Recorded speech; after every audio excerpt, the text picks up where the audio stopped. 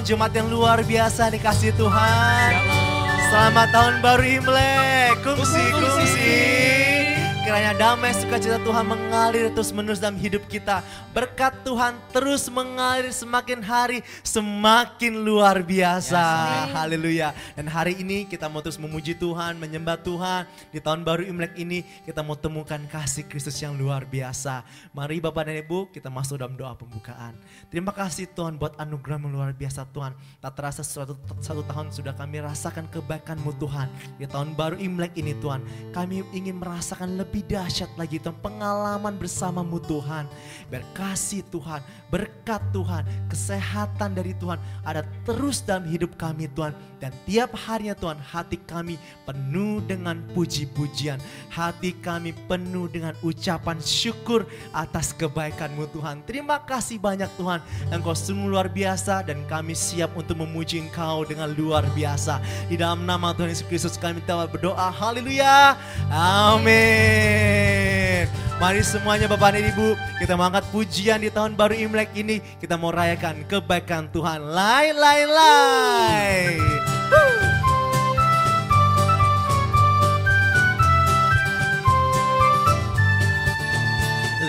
来，我们过新年，满脸春风迎新年。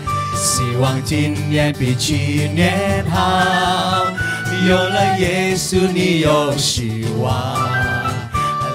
来，我们过新年，新一年恩典更加甜，今年大家又有平安。大家见面都笑哈哈，大家握手点头说一声恭喜恭喜，红包举起送过来，大家举杯欢庆，喊一声哈利路亚！来，我们贺新年，家家户户庆团圆。你我路上有主陪伴，幸福快乐直到永远。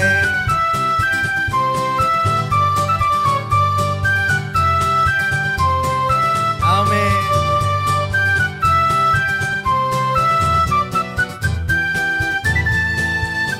来，我们唱。来，我们过新年。满脸春风迎新年，希望今年比去年好，有了耶稣你有希望。来，我们过新年，新一年恩典更加甜，今年大家又有平安，大家见面都笑哈哈。大家握手牵手，说一声恭喜恭喜，红包举起送过来，大家举杯欢庆，喊一声哈利路亚！来，我们贺新年，家家户户庆团圆，你我路上有主陪伴。幸福快乐直到永远，大家过一个幸福年，大家过一个幸福年。哈利路亚，恭喜新年，哈利路亚。Kita percaya Tuhan selalu memberikan kita kesenangan dan sukacita yang selalu berlimpah-limpah. Amin. Sebab 主耶稣爱我，主耶稣爱你，主耶稣爱我们。哈利路亚。Biarlah Tuhan memberikan kita selalu puji-pujian yang berkatakan, Tuhan memberikan nyanyian baru dalam hidupku. Amin. Untuk memuji-muji Allah kita.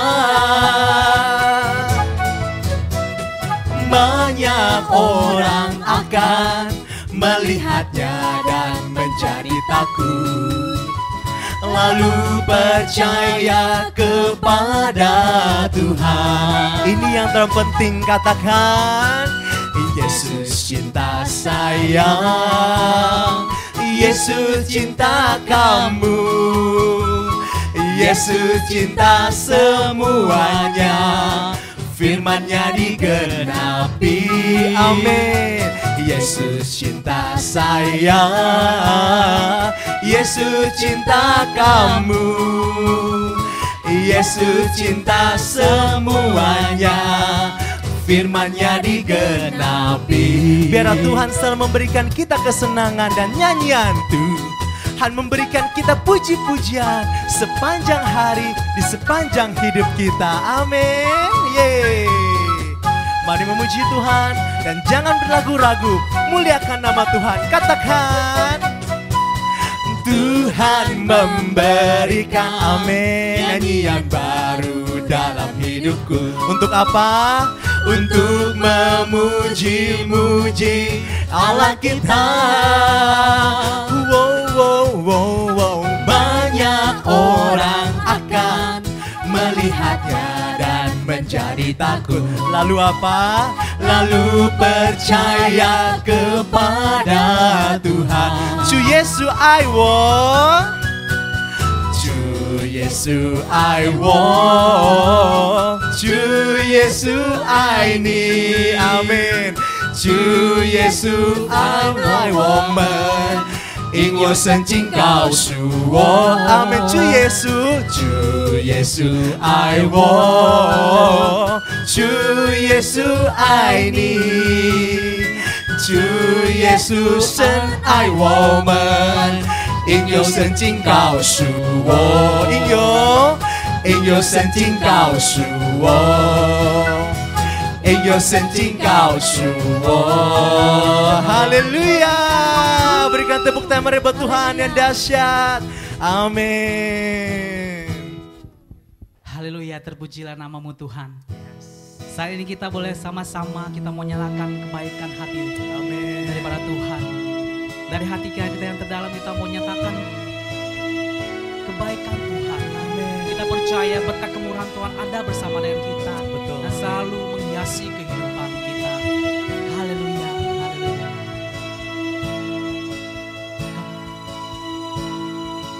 Kau hiasi kehidupanku dengan kemurahan-Mu. Kau rancangkan masa depanku penuh dengan harapan. Aku ada saat ini, semuanya karena kasih-Mu. Aku hidup hari ini, semua berkat kemurahan-Mu. Terima kasih Yesus, Engkau sangat baik, teramat baik bagiku. Yes Tuhan, Kau sangat baik Tuhan dalam hidup kami.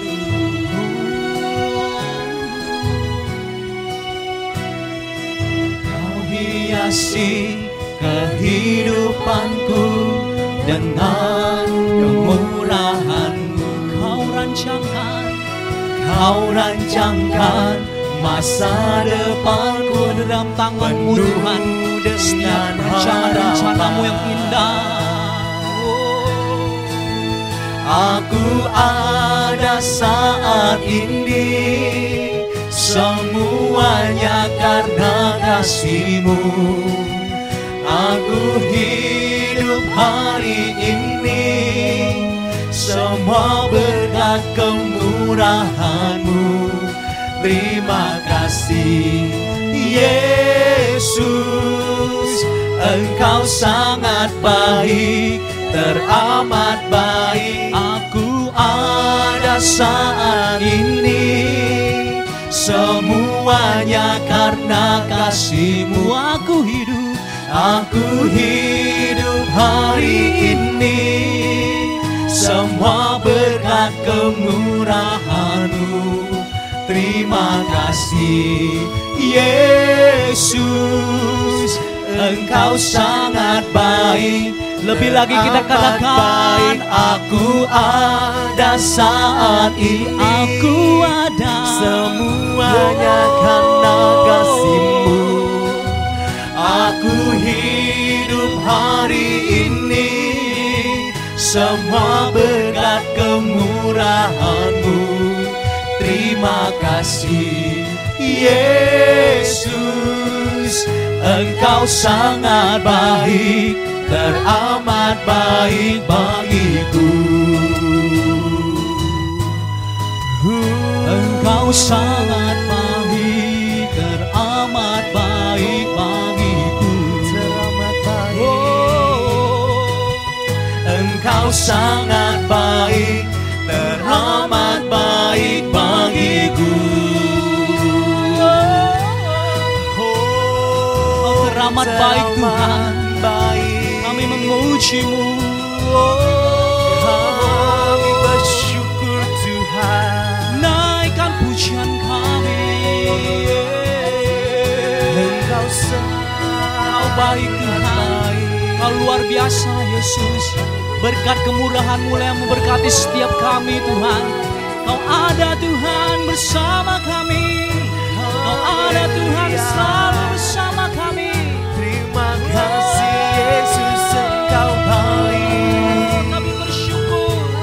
Kami sembah Kau. Engkau mulia dan agung. Kemurahan-Mu yang membuat kami hidup sampai sekarang Tuhan. Kemurahan-Mu yang membuat kami bertahan sampai sekarang Tuhan. Kami percaya. Kami percaya.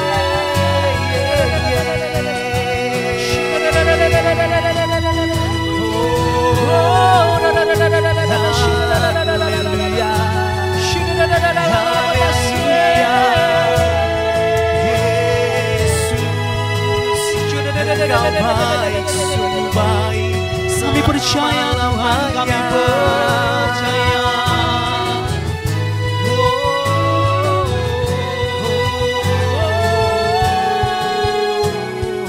Terpuji nama-Mu Tuhan, terpuji nama-Mu Tuhan. Kami bersyukur Tuhan. Semua berkat kemurahan-Mu, semua berkat kemurahan-Mu Tuhan. Haleluya. Kau memberikan kami hidup lebih lagi Tuhan. Karena kami percaya akan anugerah-Mu, kami percaya akan segala yang Tuhan berikan di dalam hidup kami Bapa. Haleluya. Kami berserah Tuhan. Engkau luar biasa.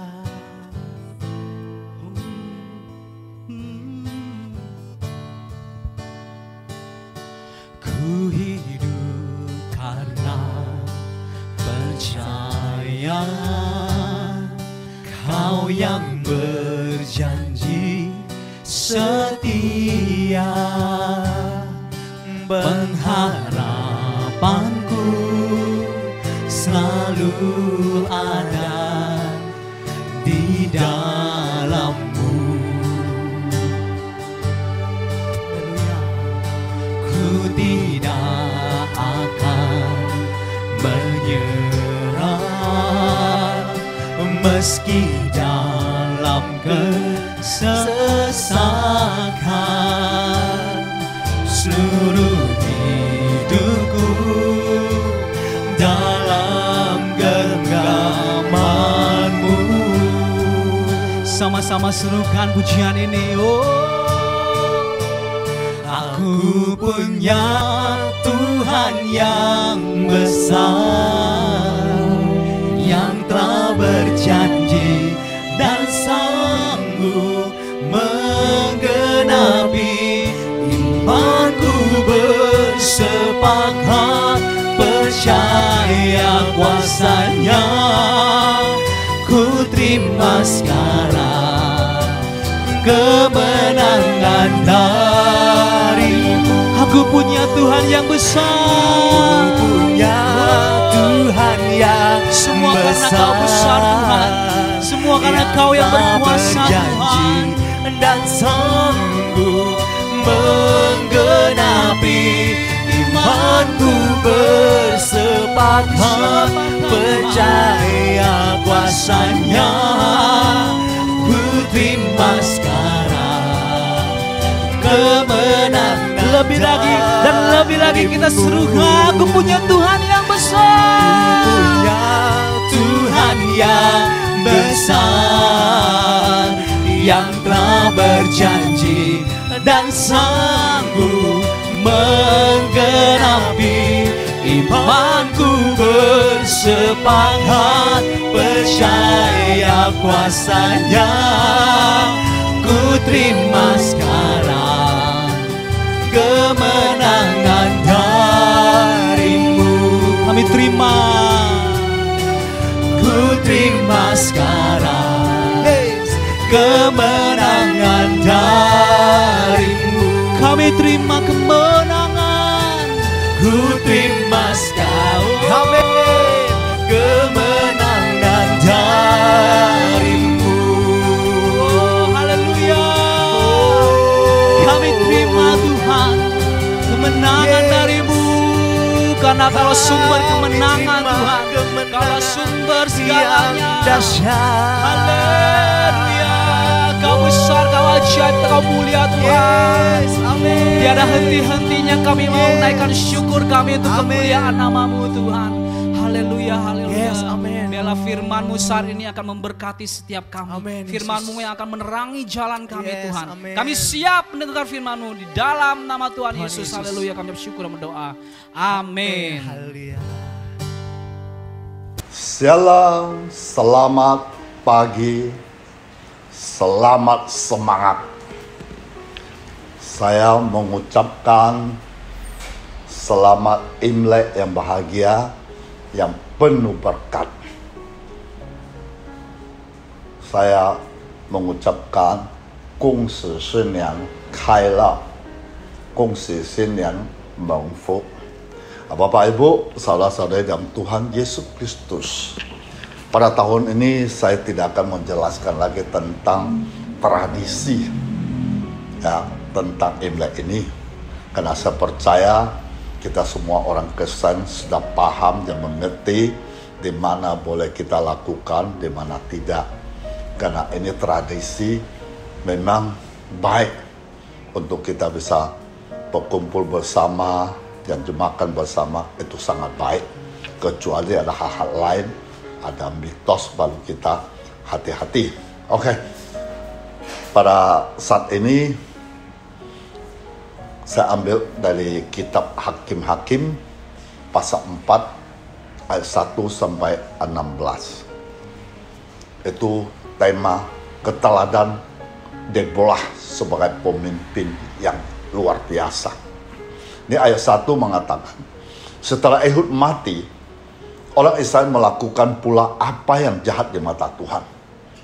Lalu Tuhan menyerahkan mereka ke dalam tangan Yabin, raja Kanaan, yang memerintah di Hasor. Panglima tentaranya ialah Sisera, diam di Holoset Hayoim. Lalu orang Israel berseru kepada Tuhan, sebab Sisera mempunyai 900 kereta besi, dan 20 tahun lamanya ia menindas orang Israel dengan keras. Pada waktu itu Deborah, seorang nabiah, istri Lapidot, memerintah sebagai hakim atas orang Israel. Ia biasa duduk di bawah pohon korma Deborah antara Rama dan Betel di pegunungan Efraim. Orang Israel menghadap dia untuk berhakim kepadanya. Ia menyuruh memanggil Bara bin Abinoam dari Kedes di daerah Naftali. Lalu berkata kepadanya, bukankah Tuhan Allah Israel memerintahkan demikian? Majulah, bergeraklah menuju Gunung Tabor dengan membawa 10.000 orang Bani Naftali dan Bani Zebulon bersama dengan engkau.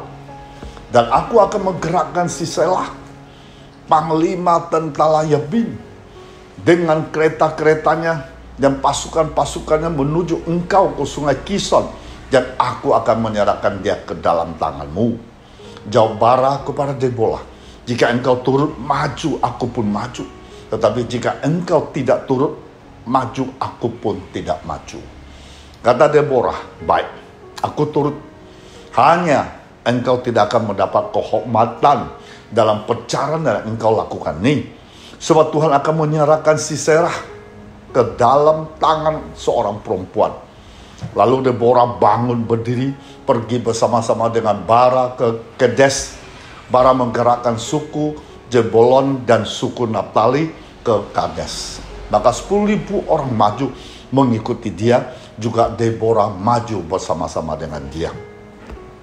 Adapun Heber, orang Keni itu telah memisahkan diri dari suku Keni, dari anak-anak Hobat ipar Musa, dan telah berpindah-pindah memasang kemahnya sampai ke pohon Tarbatin di Ja'anaim yang dekat Kedes. Setelah dikabarkan kepada Sisera bahwa Barak bin Abinoam telah memaju ke Gunung Tabor, dikerahkannyalah segala keretanya, 900 kereta besi, dan seluruh rakyat yang bersama-sama dengan dia dari Haloset Hangoim ke sungai Kison.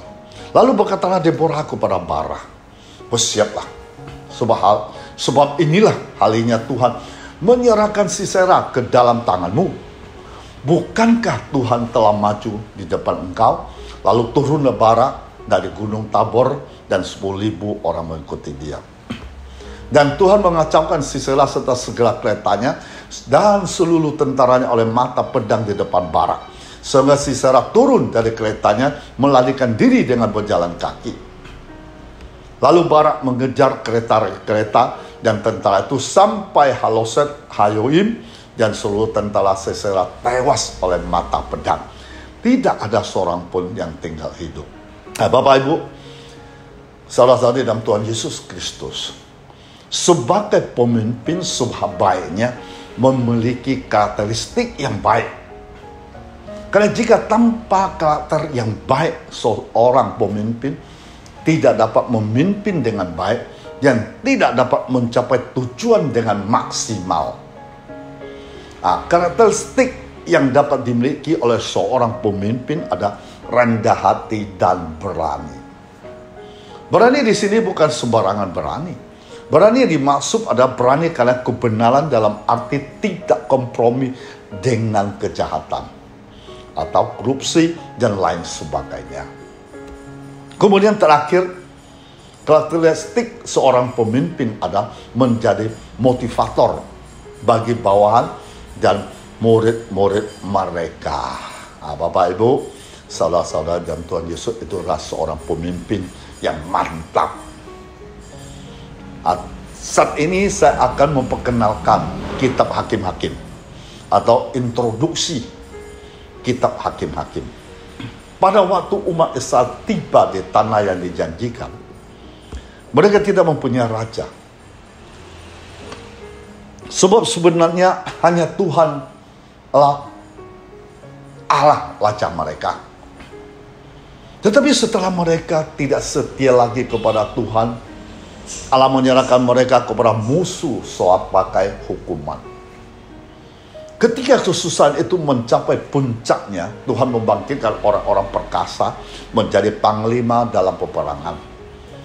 Dan setelah peperangan selesai, mereka mendapat kemenangan. Maka panglima itu sangat dihormati, dipandang selaku hakim-hakim. Pemimpin-pemimpin ini disebut pelepas atau orang membawa keadilan. Nama diberikan kepada mereka adalah hakim-hakim. Dalam kitab Hakim-Hakim ada 13 hakim. Pertama adalah Oniel yang mengalahkan Kusian Lisyataim, Raja Aram Mesopotamia. Kedua ada Ehud yang membunuh Eglon Raja Moab.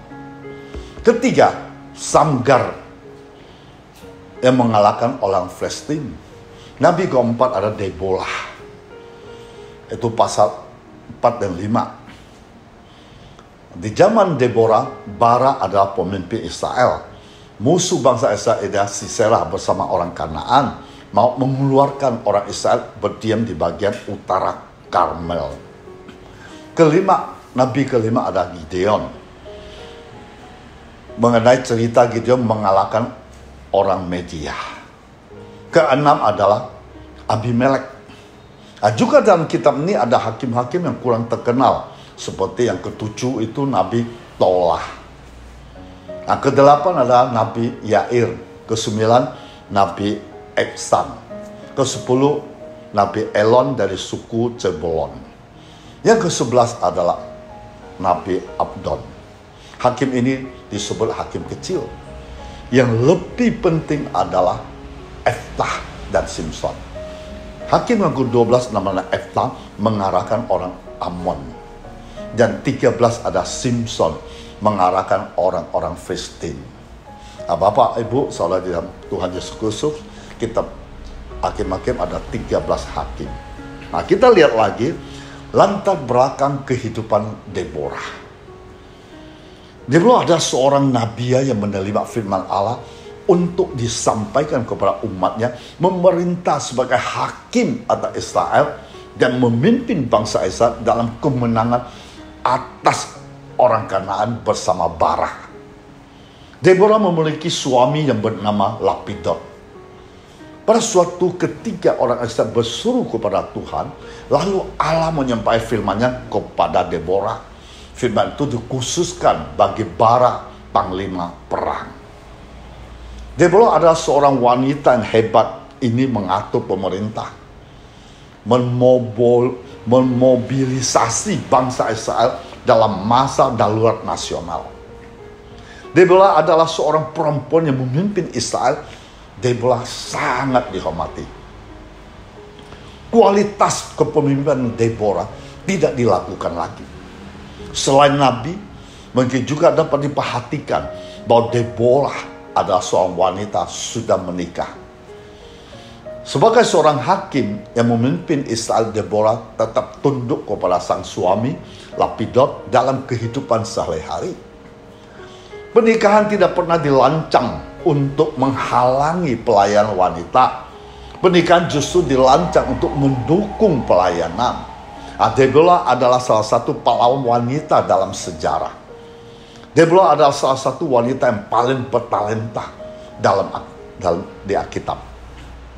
Gelar Deborah adalah sebagai istri, ibu, nabi, hakim, penyair, penyanyi, dan pemimpin politik. Hidup Deborah ada ilustrasi yang indah tentang kekuatan bahwa kaum wanita dapat mempengaruhi masyarakat dengan hal-hal yang baik. Pengaruh besar yang dimiliki Deborah adalah bukti nyata bahwa semua orang Israel datang kepada Deborah untuk meminta nasihat dan penilaian.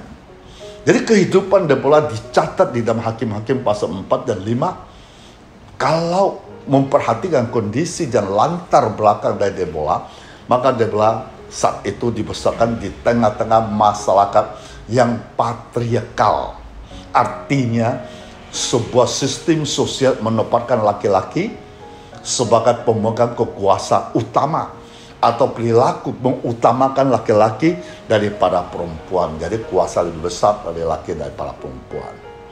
Sebagaimana dapat dipahami bahwa dalam masyarakat patriarkal sebenarnya tidak membuka kemungkinan bagi seorang wanita untuk menjadi seorang pemimpin, apalagi pemimpin perang.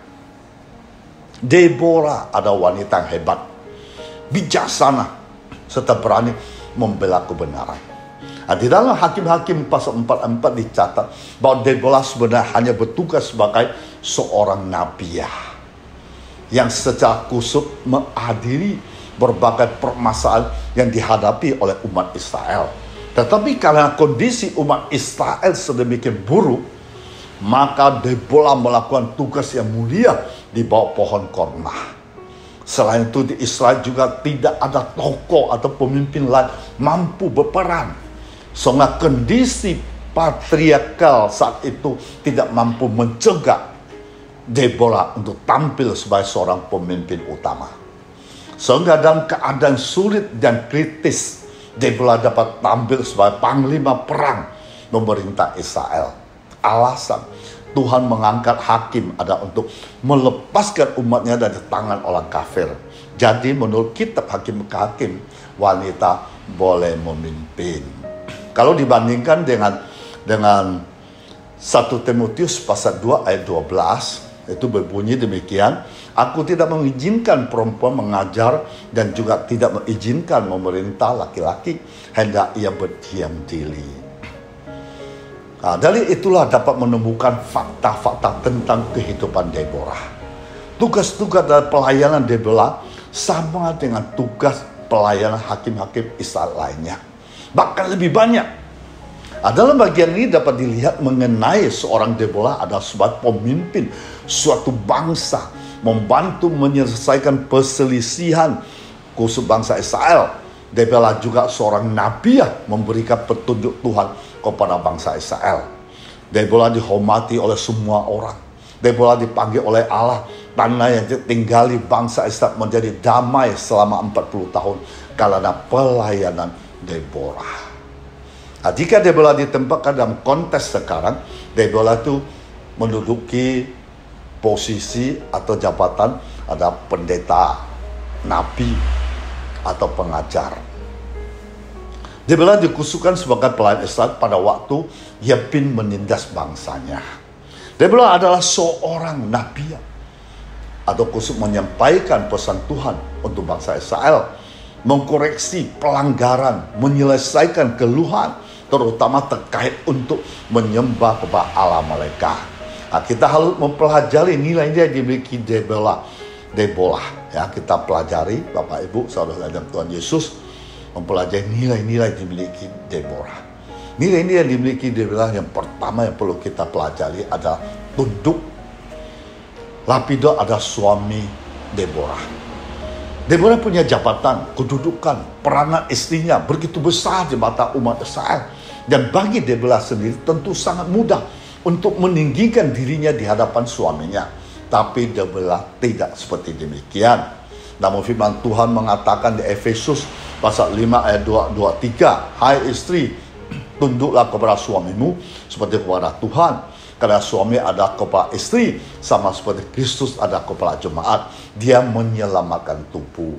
Di bagian lain firman Tuhan mengatakan di Kolose pasal 3 ayat 18, hai istri-istri, tunduklah kepada suamimu sebagaimana saudara di dalam Tuhan. Nah, tunduk kepada suami adalah perintah Tuhan, Bapak Ibu, saudara dikasih Tuhan. Sebagai seorang yang takut akan Tuhan, dapat diyakini bahwa itulah yang Deborah lakukan. Deborah tidak hanya tunduk kepada suaminya, terlebih sebagai pemimpin berhasil. Deborah menunjukkan ketaatannya kepada semua perintah Tuhan. Di dalam kitab Hakim-Hakim, pemimpin-pemimpin berhasil ada pemimpin memperlihatkan ketaatan mereka kepada perintah Tuhan atau komitmen mereka kepada Tuhan, walaupun perintah itu kadang-kadang tidak masuk akal. Deborah dan Barak juga ada pemimpin sukses. Deborah memperlihatkan ketaatannya kepada Allah ketika mereka maju berperang melawan bangsa Kanaan. Hasil dari ketaatan mereka ada komitmen mereka, Allah membuat mereka menjadi pemimpin yang berhasil. Nah, nilai-nilai yang dimiliki oleh Deborah yang kedua, Deborah adalah seorang mengutamakan orang lain. Menurut Kamus Besar Bahasa Indonesia, mengutamakan ialah menomorsatukan, menjadikan utama, menganggap lebih penting dan mendahulukan. Nah, berdasarkan definisi di atas mengutamakan orang lain berarti menomorsatukan, menganggap orang lain lebih penting, mendahulukan dari kepentingan diri sendiri. Deborah tidak menonjolkan diri. Deborah mengutamakan Barak dalam Hakim-Hakim pasal 4 ayat 6. Deborah menyuruh memanggil Barak bin Abinoam dari Kedes di daerah Naftali. Tuhan sudah berkata kepada Deborah sebelumnya untuk maju melawan Panglima Sisera. Sebenarnya Deborah yang maju untuk bertindak, keyakinannya akan kemenangan sudah dimiliki dengan pasti. Akan tetapi Debola memberikan kesempatan itu kepada Barak supaya Baraklah dikenang dalam sejarah ini. Debola tidak mengutamakan diri sendiri. Debola ingin Barak menjadi pemimpin yang besar. Karena Barak menolak, akhirnya Debola maju dan tepat bawa Debola yang dikenang sepanjang sejarah dalam kitab Hakim-Hakim sebagai pahlawan bagi bangsa Israel. Debola tidak hanya mengutamakan orang lain dengan cara mendahulukan supaya menjadi besar, melainkan Debola mengutamakan damai sejahtera bagi bangsa Israel. Yang ketiga, nilai-nilai yang dimiliki oleh Debola. Yang ketiga, dia mendengarkan orang lain. Kamus Besar Bahasa Indonesia mendefinisikan mendengarkan adalah mendengar akan sesuatu dengan sungguh-sungguh. Memasang telinga baik-baik untuk mendengar. Memperhatikan, mengindahkan menurut atas nasihat atau bujukan orang lain menyampaikan. Orang mendengar belum tentu mendengarkan, tapi orang mendengarkan ada orang yang benar-benar mendengar dengan memasang telinga dengan baik, dengan istilah lain memperhatikan cermat serta sungguh-sungguh. Sekarang dalam kamu bahasa Inggris mendengarkan memakai kata proses, memiliki arti ungkapan, ucapan dengan kata lain menyusun kata-kata. Maksudnya adalah kata-kata tersusun dengan baik sehingga membuat orang lain tertarik untuk mendengarnya. Arti ungkapan atau ucapan yang baik memiliki makna membuat orang mendengar dengan sungguh-sungguh. Karena keingin tahunya terhadap apa yang akan dikatakan. Dari pengertian lain mendengarkan dalam bahasa Inggris adalah listen, artinya mendengar bunyi atau memberitakan orang menyampaikan. Pada waktu Debola memanggil Barak bin Anoa untuk memimpin bangsa Israel maju berperang melawan orang Kanaan, Debola berkata bahwa Tuhan telah menyerahkan orang Kanaan kepada mereka sehingga mereka tidak perlu merasa takut. Namun Barak menjawab kepada Debola, jika engkau turut maju, aku pun maju. Tapi jika engkau tidak turut maju, aku pun tidak maju. Debola berkata, baik, aku turuti. Hanya engkau tidak akan mendapat kehormatan dan perjalanan engkau lakukan ini. Sebab Tuhan akan menyerahkan Sisera ke dalam tangan seorang perempuan. Debola juga seorang pendengar yang baik. Ketika Barak mengajukan usulan supaya Debola menemaninya dalam pertempuran, Barak mengatakan bahwa tanpa Debola dirinya tidak akan maju. Debola tidak memotong pembicaraan Barak ketika Barak menyampaikan suatu usulan. Walaupun sebelumnya Debola tahu bahwa Tuhan sudah mengatakannya. Debola menghargai usulannya, mendengar tentang pernyataan tidak maju tanpa ditemani Debola. Debola menolak usulan Barak. Tetapi konsekuensinya Barak tidak akan mendapat kehormatan. Nilai-nilai yang dimiliki Debola yang keempat, karena kebenaran.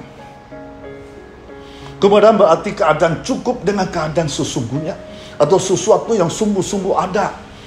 Arti kebenaran tersebut sesuai dengan fakta. Apabila seseorang menyatakan kebenaran itu, maka orang tersebut akan membuktikan entah dengan cara apa saja supaya orang lain percaya kepadanya. Keberanian Debola adalah karena kebenaran diyakini sesuai dengan pernyataan Tuhan. Dalam menjalankan tugas ini, Debola tidak sendiri. Mereka bekerja sama untuk menjalankan tugas tersebut. Keberanian Debola tidak diragukan lagi. Keyakinannya akan kebenaran Tuhan membuat mengambil bertindak yang benar. Kelima, nilai-nilai yang dimiliki oleh Debola adalah berpegang teguh pada pendirian. Berpegang teguh pada pendirian berarti berpaut, tetap pada pendirian. Orang tidak berubah-ubah pikiran. Orang tetap berpegang teguh biasanya orang memegang suatu perkataan. Janji telah disampaikan oleh seseorang kepada sebelumnya. Orang seperti ini dapat dikatakan orang tidak berubah-ubah baik dari segi iman, hati, pendirian, kesetiaan dan perkataan, janji yang pasti. Perintah Debola kepada Barak pada saat sama juga merupakan suatu membangkitkan semangat. Jangan takut jumlah mereka yang banyak. Debola berkata penuh dengan keyakinan. Debola melihat dari sudut pandang Allah bahwa musuh mereka akan dikalahkan. Debola tidak mudah digoyangkan oleh seberapa kuat banyaknya pasukan Sisera walaupun mereka mempunyai 900 kereta besi. Deborah tetap pendiriannya bahwa mereka pasti menang karena Allah di pihak kita. Yang keenam, nilai-nilai dimiliki oleh Deborah. Deborah berani mengambil resiko. Menurut Kamus Besar Bahasa Indonesia, berani adalah mempunyai hati yang mantap, rasa percaya diri yang besar, menghadapi bahaya maupun kesulitan, tidak takut dan gentar. Artinya orang tersebut berani mengambil keputusan, meskipun itu beresiko bagi diri sendiri. Pemimpin berani adalah pemimpin yang tidak gentar terhadap apapun, meskipun itu beresiko bagi dirinya. Pemberani berarti tidak takut pada situasi yang ada di hadapan, kesulitan-kesulitan itu akan dilaluinya. Begitu juga apa dilakukan Deborah dalam kitab Hakim-Hakim 4. Kisah ini juga dikontraskan antara Deborah, Barak seorang panglima perang. Ternyata Deborah terbukti lebih berani berhasil dalam memimpin pasukan. Pada waktu itu Deborah hanya memiliki 10.000 tentara berjalan kaki, sedangkan musuhnya memiliki 900 kereta besi. Namun dalam kondisi tidak menguntungkan itu, Deborah dengan berani mengambil tantang menjadi pemimpin militer, mengalami kemenangan besar karena pertolongan Tuhan. Yang ketujuh, yang dimiliki nilai-nilai Deborah, peduli terhadap orang lain. Peduli berarti mengindahkan, memperhatikan, menghilaukan. Orang peduli berarti menyatakan sikapnya pada orang lain. Artinya ada sesuatu terjadi masyarakat yang sangat memperlihatkan, sehingga membuat seorang bertindak untuk melakukan hal yang baik terhadap orang yang akan ditolongnya. Pemimpin merasa kasihan peduli dengan para pengikutnya, baik sebagai individu maupun sebagai kelompok.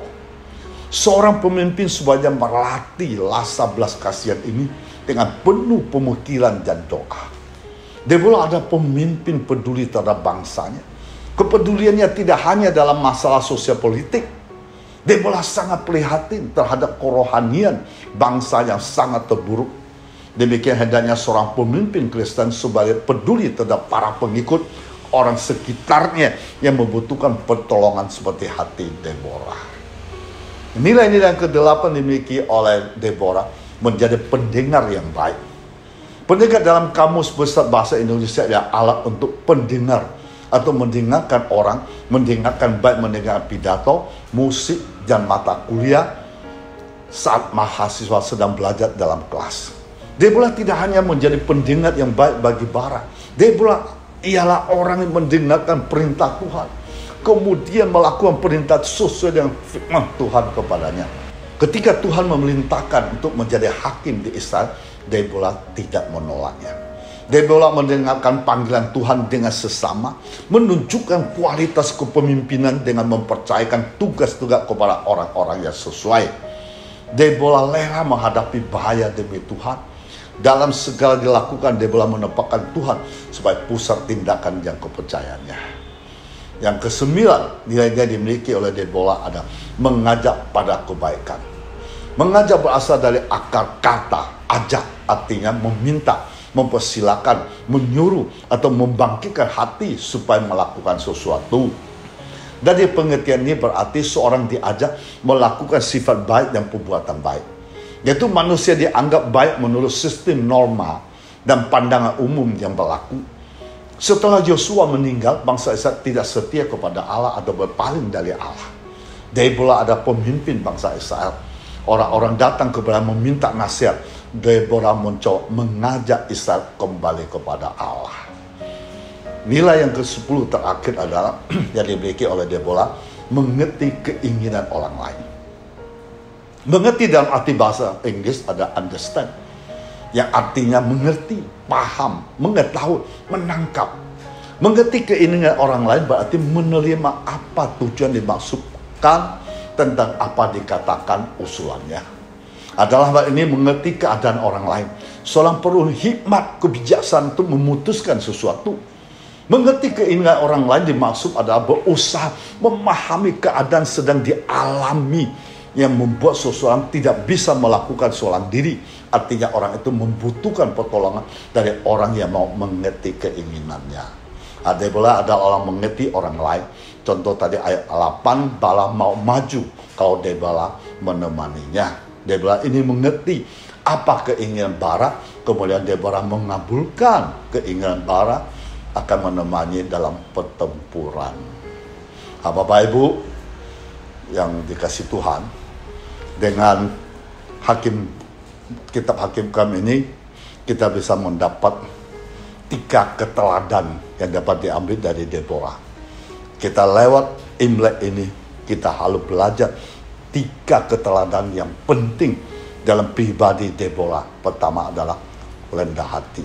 Deborah adalah seorang hakim, bahkan pemimpin bagi bangsa Israel. Tugas seorang hakim dilakukan Deborah adalah tugas seorang laki-laki. Kantor Deborah untuk mengadili, menghakimi, menasihati bangsa Israel di bawah pohon korma. Deborah antara Ramah Betel di pegunungan Efraim. Di situ orang Israel datang menghadap hakim, meminta sebuah perkara untuk mereka diadili. Deborah adalah pemimpin yang rendah hati, ayat 5. Deborah ada hakim memerintah sambil menjalankan peradilan. Dengan peran panglima perang tetap ditonjolkan. Deborah hakim menjalankan tugas yang baik. Istilah diambil ada pemimpin profesional, berarti bertanggung jawab. Pemimpin bertanggung jawab adalah mengerjakan tugas dengan senang hati, tidak mengerutu. Deborah ada pemimpin tunduk pada profesi, dalam arti tunduk kepada pemerintah yakni Tuhan. Profesi adalah pekerjaan diberikan Tuhan kepada Deborah, penuh tanggung jawab, penuh dengan ketundukan yang dipercayakan Allah kepada Deborah.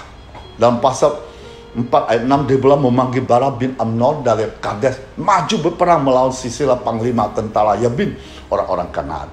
Jadi hal ini Deborah tidak menganggap diri lebih tinggi daripada Barak, meskipun Deborah menjadi orang pertama dari bangsa Israel.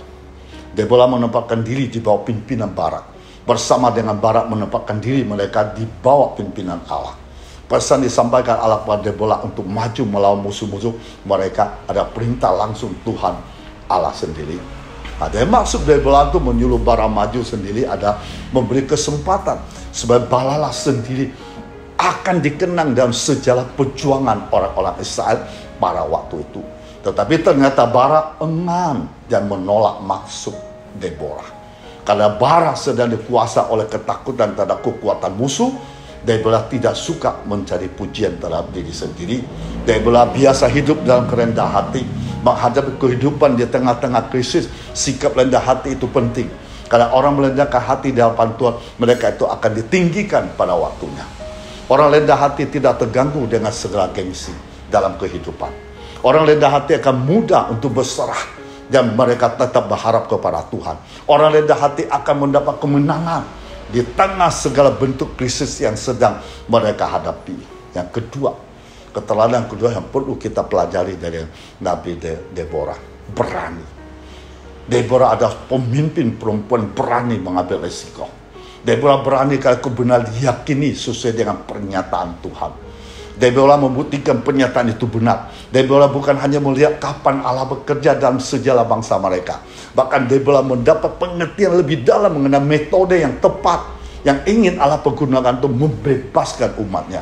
Karena kebenaran inilah Deborah berani maju berperang, memimpin bangsa Israel bersama dengan Barak.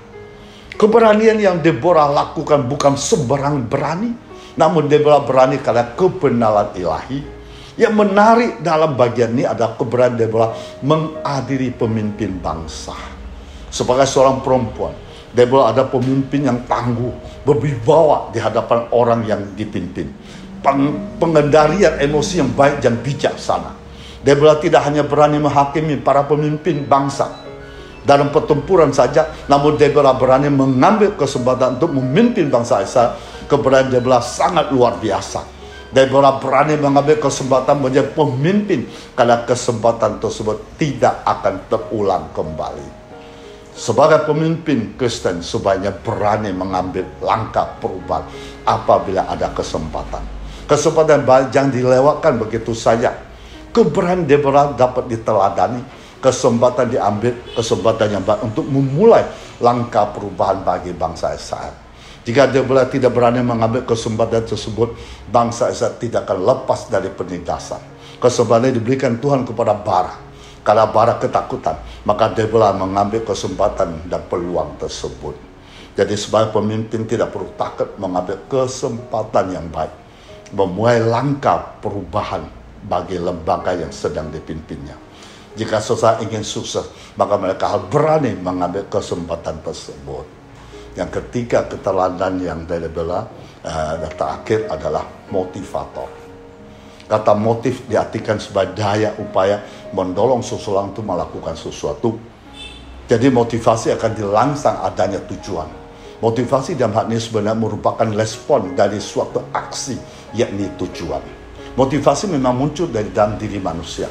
Muncullah itu karena didorong oleh unsur lain. Unsur tersebut adalah tujuan. Tujuan ini menyangkut kebutuhan. Jadi motivasi akan menyebabkan terjadi suatu perubahan energi yang ada pada diri manusia. Sehingga akan berkait dengan persoalan gejala kejiwaan, perasaan, juga emosi. Untuk kemudian bertindak melakukan sesuatu. Semua ini didorong oleh adanya tujuan, kebutuhan, keinginan. Dia pula adalah salah satu pemimpin wanita memiliki karakteristik yang baik, menjadi motivator bagi orang lain. Dorongan motivasi dilakukan Deborah kepada Barak adalah bahwa Deborah menghargai orang lain. Perintah ini memberi dorongan semangat bagi Barak. Demikian kita sebagai pemimpin harus mempunyai motivator yang baik, menghargai orang lain. Tuhan memberkati kita semuanya. Kita masuk dalam doa. Terima kasih Tuhan Yesus. Hamba sudah menyampaikan firman-Mu di live streaming ini. Hamba sangat percaya firman-Mu tidak pernah kembali dengan sia-sia. Apa yang telah ditaburkan dalam live streaming ini akan berbuah menjadi dampak bagi banyak orang. Mengerti pribadi-Mu semakin dalam. Dan hamba juga percaya lewat streaming ini mereka tahu memposisikan diri yang benar di hadapan-Mu. Harus seperti Nabi Deborah. Berani ambil resiko, rendah hati, dan mempunyai motivator yang baik bagi orang lain. Terima kasih Tuhan Yesus yang baik. Dan lewat Imlek tahun ini, Tuhan berkati semua orang-orang yang melayani Imlek. Dan mereka juga ikut serta dalam awal Imlek ini. Mereka bisa beribadah di rumah-Mu Tuhan. Berkat-Mu akan turun bagi mereka. Dan Tuhan juga memberkati rumah tangga mereka. Memberkati apapun mereka kerjakan akan berhasil. Juga memberkati sepanjang jalan dimanapun mereka berada. Aman dan sentosa. Dan juga memberkati masa depan mereka dengan penuh cemerlang. Dan Tuhan juga menyembuhkan sakit penyakit mereka. Tuhan juga membuka jalan bagi mereka yang saat ini menghadapi tantangan berat. Di dalam nama Tuhan Yesus Kristus. Haleluya. Amin. Kita tetap arahkan tangan kita ke atas. Terimalah damai sejak Allah Bapa kita di surga. Cinta kasih Tuhan Yesus tidak pernah berkesudahan. Persekutuan dengan Roh Kudus saat ini sampai Maranatha. Di dalam nama Tuhan Yesus Kristus yang percaya katakan amin.